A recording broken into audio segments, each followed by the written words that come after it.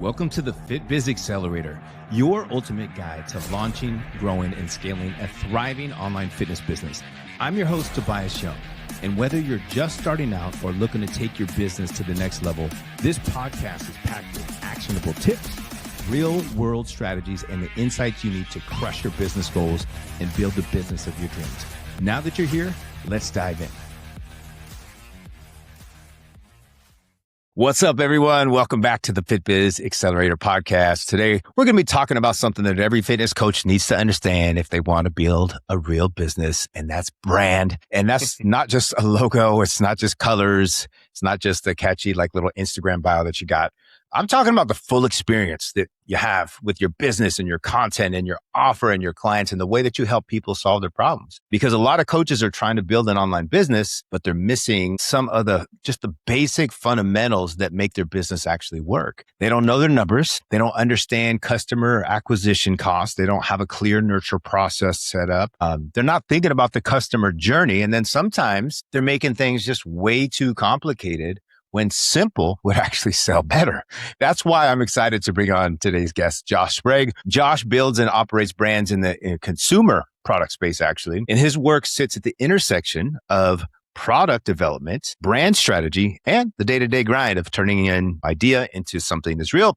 He believes in building something that lasts. Businesses, relationships, habits, and brands that don't just look good on the outside either, but actually hold up when things start to get hard, because they will. And Josh has built his own e-commerce business, including Orange Mud. And there's a lot of lessons from the world that connect directly to coaches building their own online fitness businesses. And we're going to be talking about building an online business, branding, customer acquisition, nurturing, and even designing workouts for busy people when less is often more. So Josh, welcome to the show, man. Thanks for having me on.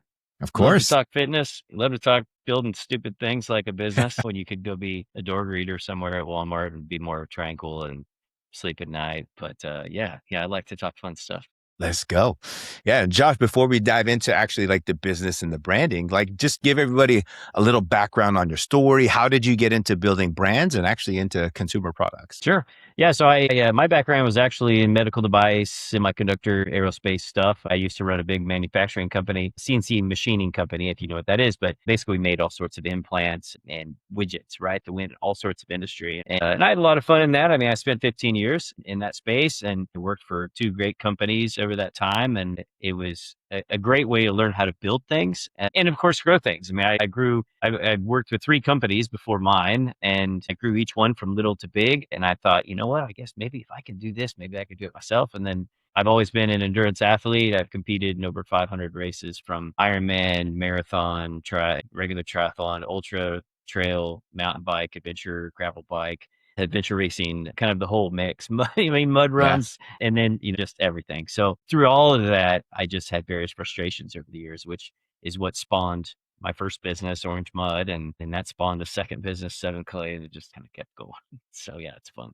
I love it, man. And a lot of people have ideas. Fitness coaches especially have a lot of ideas. There's programs and challenges and memberships and apps and offers and content ideas. But there's a big difference between having an idea and turning it into a real business. Yeah. What have you learned about taking something from concept and bringing it to execution? Yeah, I mean, the first step is that it takes cash. And I tell everybody this, before you even think about it, you have to look at your budgets. Are you skating by in life, barely have enough money to do anything?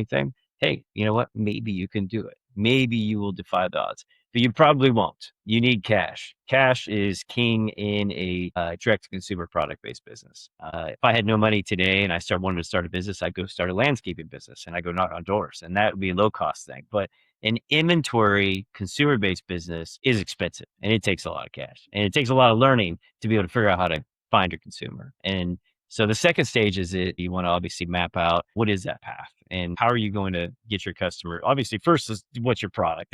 Does it really solve a need? But assuming all that's figured out, how do you acquire a customer? And what's that journey going to be like from start to finish? And how do you capture them? How do you retain them? And how do you nurture them? And it's an incredibly huge focal point is that conversion path. And if you don't look at that, if you only think of product, and if I build an awesome product, they will come, you're probably wrong.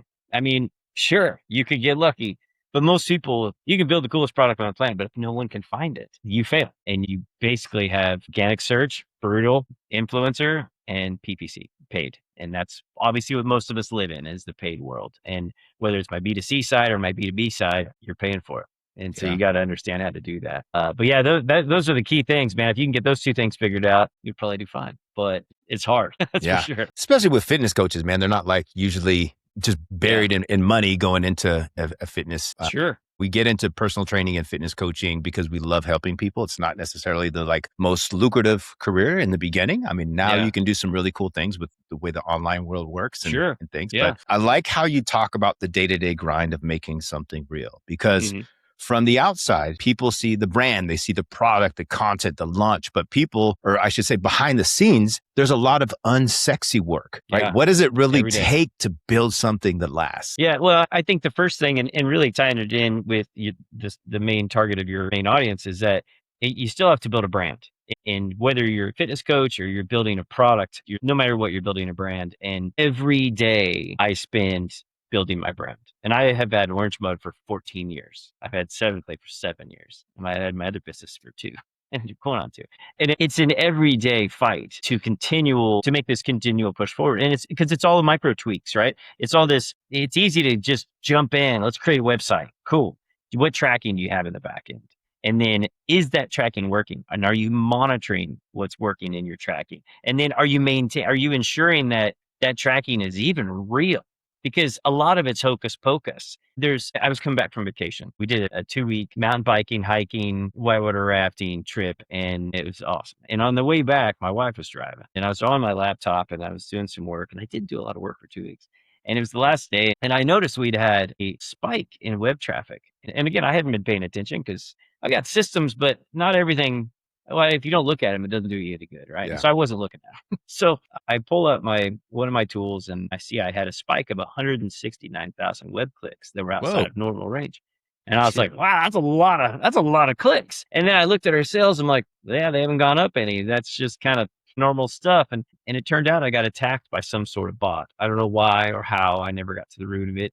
But I think it was a Google ad auto apply setting that it opened up the audience network, and it somehow gotten some bot traffic, and it hammered for a whole bunch of clicks, and which cost me a whole bunch of PPC money. It diluted my advertising performance because the campaign's like, wow, you get tons of clicks. This is awesome. But it diluted it. And so the algorithm got all jacked up. It's still resetting because this was like June 7th. And ultimately I had to install freaking software to stop bot traffic. Yeah. I'd never in 14 years I didn't even know that was a thing. And now all of a sudden, now I had to do a bunch of research, and now I have negate this bot traffic software for $50 a month.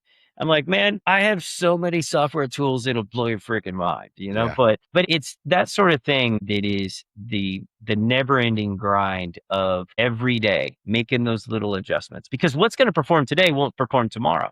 And I'll give you another example is like a PPC spend. It's a lot of people think you just go and you run an ad on Facebook, and I wish it was that easy, but it's not. And you obviously have to have website, your conversion path, understand who your customer is before you even think about spending a penny. But then once you do, you need to make sure that it's optimized. And then once it's optimized, you can't walk away from it. And the reason why is because, like for me, I sell hydration packs for endurance runners and cyclists. And in the summer, from April through broke parent effect. And broke parent effect is my kids just went back to school. I spent all the money on them, and I don't have any money left, and I don't have any time left, which is about mid-August. So mid-April through mid-August, super strong. Mid-August, then them sales, they turn off like in a major way. It's a giant switch. And then they stay off largely unless somebody's racing or something. Most people aren't going to buy anything until basically Black Friday, because everybody knows the deals are going to come out. They're going to be buying stuff. So you can be spending at, say, $30,000 a month in PPC spend, and everything is great in the summer. But then the second that August 16th ticks in and kids start going back to school, all of a sudden you'll see that 30K spend. It was yielding 90 or whatever. 3 times return, it's always gold. Often doesn't actually happen. But it all of a sudden that is now returning maybe 1-to-1. You're spending 30, you're making 30. You may lose it. So this is why you also have to measure it, but you also have to, the converse side of that, if you're running PPC spend, you don't know anything, like you just started. Plenty of people will be like, oh, this sucks. I'm like, well, I mean, but does it? I mean, are people looking for coaching this time of year? Are they looking for my products this time of year? And so you have to have that as a factor. So there's certain months I'll spend a whole bunch of money. And then there's certain months where like I didn't even spend any money on Facebook back in January and February. So I was kind Yep. of sick of Facebook in a way. And I was doing better in Google and I'm like, screw you, Facebook. But then it's just always something. But Yeah. yeah, so there's a lot of learning that just has to happen. And you really won't know this for your business unless you have a peer that really can steer you down a path. Yep. Some other fitness coach that's like, hey, it's not worth advertising in October and November because everybody's saving their money for the holidays. I mean, I don't know, but I would theorize it's that you definitely have some major seasonality with a lot of fitness coaches. And so if you had a peer that you could ask, when are your peak signups? Okay, cool. Let's make sure you're at least advertising in them and then Yeah. maybe a little bit before then. But those are the type of things that are the everyday grind that you just have to pattern and make notes monthly. I'm not the best with it, but I go in and out of my patterns of making notes of what did I do right this month and what did I do wrong? And then I hopefully have this log to look back. And I've been doing this so long that I will Yeah. always But do that's that. important to be able to go back and research and kind of Yeah. have your key months and know when to throttle it up, when to throttle Yeah. it down, and so forth. And also want to talk about branding, like beyond the logo a little bit. When Yeah. most fitness coaches hear branding,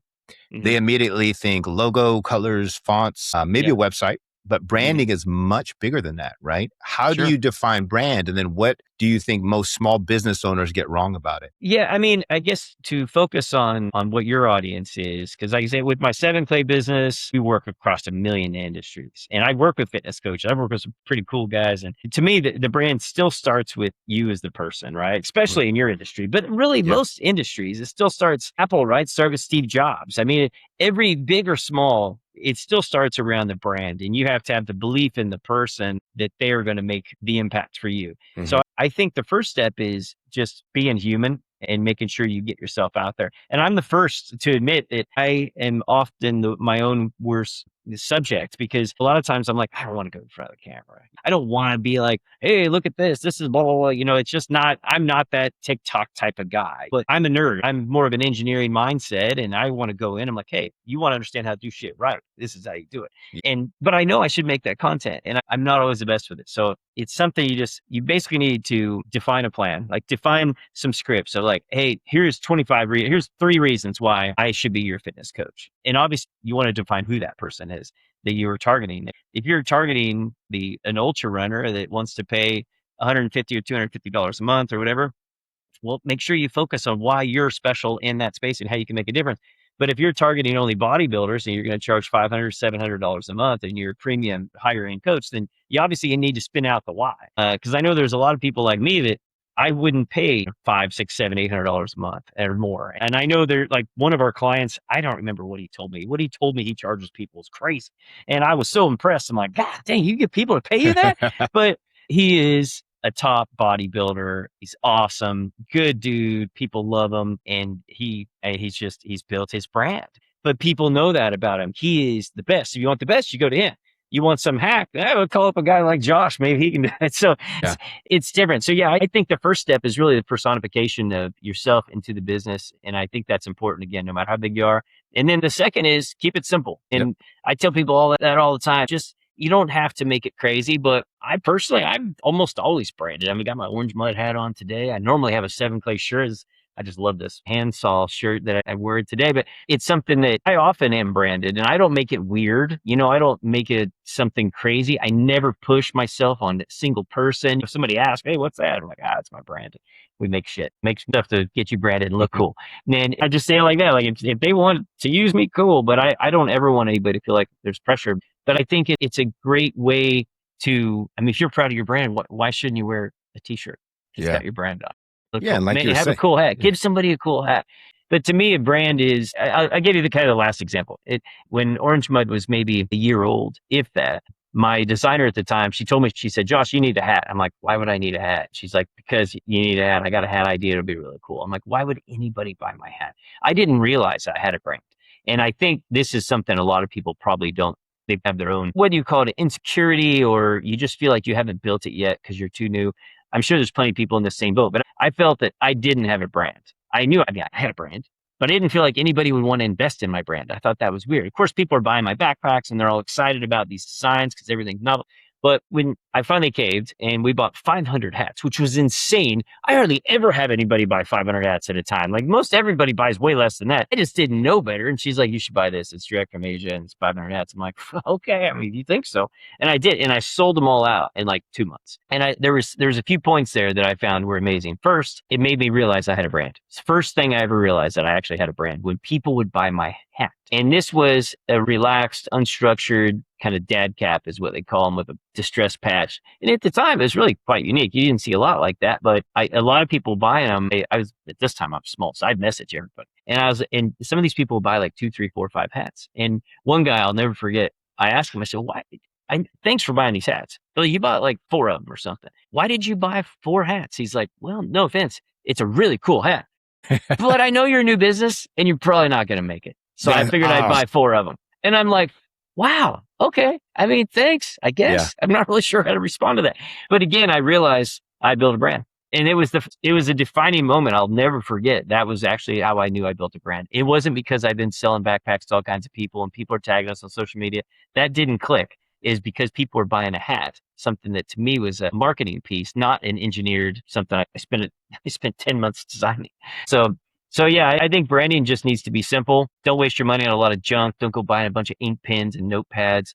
Just get your brand out there. Make sure it's personified. Get a little bit of merch just to spread the love. Yeah, and when you're at the gym, wear your own branding stuff. Yeah, so people ask about it. I mean, that's like, put your hat on backwards, have your little logo, and have your little thing on there too. And also one thing I want to dig into, because most fitness coaches don't think about this enough, is customer acquisition costs. Yep. They just think like, hey, I need more leads. I need to do more posts on social media, whatever it is. But they don't always know what it costs them to get a client, whether that's money or time or energy or content or DMs or ads or referrals. Yeah. How should a business owner think about customer acquisition costs in your eyes? Well, I think the first step is at least throw a dart at the board, and because you got to start somewhere. And sometimes it's hard to quantify what the customer acquisition cost is, or at least what your ideal customer acquisition cost is if you're new. But the easiest way to look at it is, what's your profit margin and what would you allocate? What would you be willing to allocate? I mean, if you're charging $500 a month, I mean, $6,000, let's say you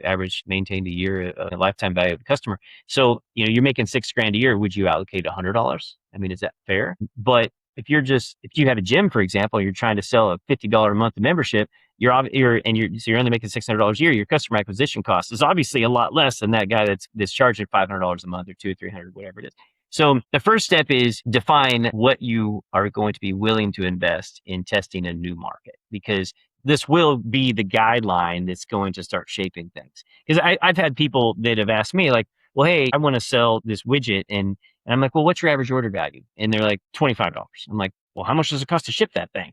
$10. What's it cost to make it? $5. You have no money. You can't do any advertising. Like you need to get selling grassroots, right? But again, I think in a service-based business like this, when your costs are, in theory, not too much, not terrible, it's not a huge piece of your operating, you need to just basically set a budget of, okay, let's say I'm going to target $50 and do initial test on Facebook or Google or whatever it is, probably Facebook, to run an isolated campaign and see what your cost per lead is. And then just test it and see how many of them you can convert. I mean, if it costs you, generally with Facebook, for example, it's hard to beat. Like, I have really good lead acquisition costs on Facebook. I've been very fortunate. We've had it. I haven't even hardly touched it in 2 years. Swear to God, I barely even touched it because it works so good. I can't wait. I'm so nervous every day it's going to stop doing so well. But our customer acquisition cost ranges between $2 and $6. Our lead cost is $2 and $6. But we convert pretty dang high percentage of our people. So let's say our total customer acquisition cost comes out about $20. But our average order value is 4 figures. And so nice. I would spend $100, $200. Scale that bad boy. $500, right? I mean, I had to cut my ads back because we get too many leads and we didn't have enough people to manage them all. So I just hired a new guy today. But it's something that there's of course math you can do, but when you're new, it's just important to say, I would be willing to allocate maybe half of that first month's sign up to my customer acquisition cost or whatever it is, again, that you define. But it's something you got to start somewhere is what I always tell people. And you got to get their ads running. You got to get your leads coming in and they are going to be expensive, especially in the beginning until you have it refined. And then hopefully you can bring it down and your cost per lead might be $5 or $10, maybe as low as mine. Maybe it's $250 or something. But that being said, once that's in, then you still have to convert them. And so even though it only costs you $5, whatever you get a lead, doesn't mean you're going to convert them. You might need 50 of those leads to convert, or 20 or 100, whatever. So yeah, I would look at it more as cost per lead. And then of course, look at that conversion and just set your budget with what you feel that you would be willing to pay. And then obviously work to optimize it from there. Yeah, good feedback, Josh. And one thing I want coaches, you guys to know is this. I want you to think like from a big picture. Okay. If it costs you, let's just say $100 to get a call booked, if you're using ads, something like that, right? That's actually a pretty good. People are like, a lot of trainers are like $100, like that's a lot. But I want you to think about this. Let's just say 1 out of every 5 calls from a cold ad turns into a client. So it's a $500 acquisition cost, right? That's how much it costs you on average. And you're like, man, I only charge $300 a month. And you're thinking, man, that would be negative. I'll be losing money. No, dummy. Yeah. Think about the lifetime value of your client. If you have, let's just say an average client stays with you for 7 months, let's just say, times $300 a month, if that's what your price is, and that can vary, then it's $2,100. So it's like, would you pay $500 to get $2,100? So you're making that kind of ROI. I would do that all day long. So I want you guys to think of it from a different lens, not just like, oh man, it costs so much to get a call, cost me $100, cost me $500 to get a new client. Like, heck yeah. Like if you're going to rock. So think about that too. And then also a lot of coaches are decent at getting attention, but they drop the ball on nurturing. Maybe they post content, or maybe they get a comment or get a lead, but then there's no follow-up system. So what have you learned personally about customer nurturing from building product-based businesses and being able to turn that into a client? So email has been the gold standard for a long time. Now it's loosened its strength, obviously, for a lot of reasons, but crazy amounts of spam filtering, iOS changes, limits the amount of true understanding of what your actual deliverability is. But a lot of people overkill email. And if it were me and I was building a coaching business, I would at least have a monthly email that goes out. It doesn't have to be crazy. You can use AI to help write a lot of this stuff. Make sure you put your own spin on it, of course.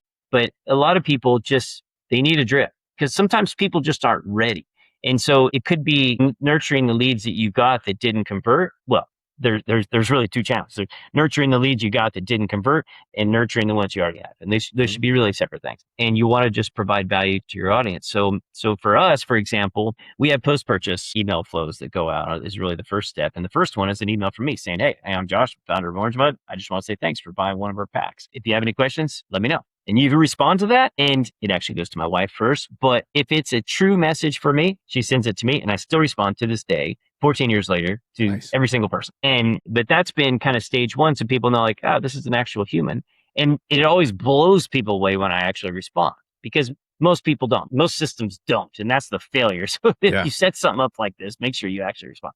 So that's the first step. But then where you go past that is you put in the training phase. And with new customers buying our products, we want to educate them as to how that product works. And so imagine somebody signs up with you as a coach, but maybe you have a 2-week timeline before you start.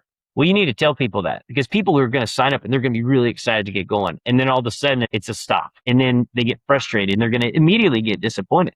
And I can tell you this from signing up for numerous things that I've paid all kinds of people over the years. And it drives me nuts sometimes where I sign up and then nothing. It's crickets. Yeah. It's like you hound me to get my work, and then I sign up and then I don't hear anything. And so if you ever have anybody that has those type of delays, make sure you have an email communication. Say, hey, here's what's going to happen next. And this is the start of your fitness journey, blah, blah, whatever. And so I think the first step is really nurturing your existing customer. And then, of course, when you look at the people that sign up for your newsletter, for example, that's where we have automated drips and we have weekly campaigns that we send out. Ultimately, I think on the coaching side, maybe you have a weekly for 4 weeks, but then you fall into the normal campaign window of maybe once a month. Otherwise, people might think it's too much, because sometimes people just aren't ready. I sign up for things all the time, and I'm the worst at responding to people's emails because I get 8 trillion emails a day. Yeah, me but too. When I'm interested, I'm in. There's times I'm not ready yet. And I'm sure there's plenty of people that are like, hey, I know I want to get a coach, but I want to get a baseline of fitness first. Maybe I want to be a bodybuilder, but I'm not.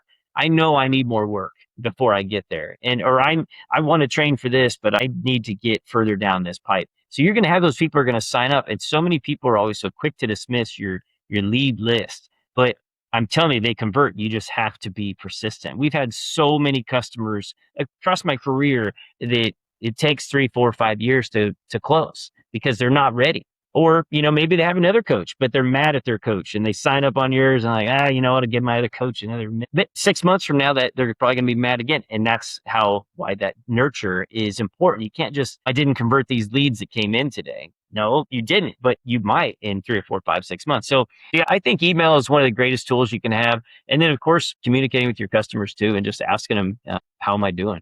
I think Yeah. that's sometimes you just got to ask really simple questions like, hey, do you feel like we're making progress? Hmm. And of course, just like measuring PPC or organic traffic or whatever, you really should have a measurement of your customers. And that measurement needs to be understood by them too. So they understand what baseline that you're shooting for to get them in progression and where they are. And if they're not meeting it, where is the failure? Is it you as the coach or is it the athlete? And I'm sure many times it's probably the athlete because a lot of us are the worst with following coaches' plans. At least I have been. But it's analytics are I do believe, one of the biggest successes in this. Yeah, and I think every fitness coach, if you want to treat your business like a business, you need to have a CRM and a follow-up system. Yep. So that's why I created Fit Pro Solution, which is a whole CRM built just for fitness professionals too. But it also, it has automated follow-up campaigns. So it automatically follows up with leads. You Mm-hmm. can put a client nurturing process. Everyone should have a new client onboarding process. So it's like, Yep. hey, day one, it sends them the welcome email, lets them know how to get support. I would highly suggest having like a weekly check-in rhythm, whether that's a call, whether that's a form they fill out. They should be able to message you. There's a lot of key things inside there, which is going to be really, really important for you to get the best experience for your clients, but then also for your leads. Like if you're not following up with your leads, they're going to forget about who you are.